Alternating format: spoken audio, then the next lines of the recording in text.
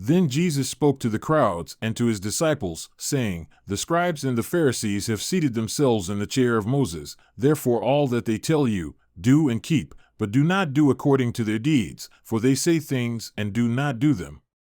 And they tie up heavy burdens and lay them on men's shoulders, but they themselves are unwilling to move them with so much as a finger.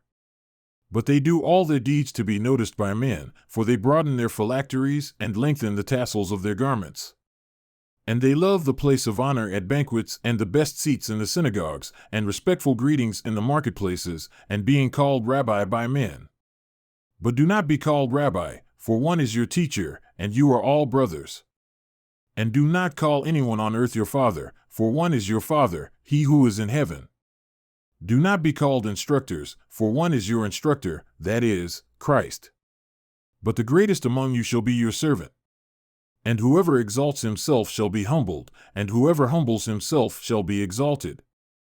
But woe to you, scribes and Pharisees, hypocrites, because you shut off the kingdom of heaven from people, for you do not enter in yourselves, nor do you allow those who are entering to go in.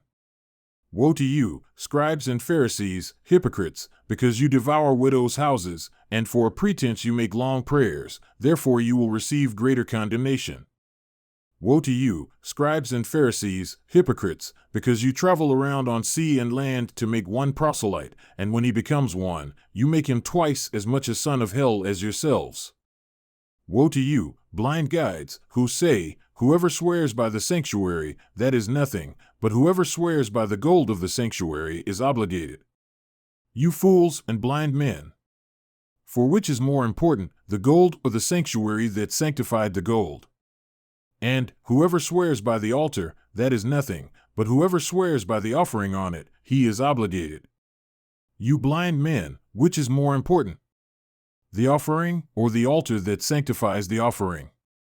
Therefore, whoever swears by the altar, swears both by the altar and by everything on it. And whoever swears by the sanctuary, swears both by the sanctuary and by him who dwells within it.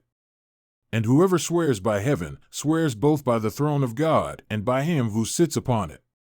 Woe to you, scribes and Pharisees, hypocrites! For you tithe mint and dill and cumin, and have neglected the weightier provisions of the law, justice and mercy and faithfulness, but these are the things you should have done without neglecting the others. You blind guides, who strain out a gnat but swallow a camel. Woe to you, scribes and Pharisees, hypocrites! For you clean the outside of the cup and of the dish, but inside they are full of robbery and self-indulgence.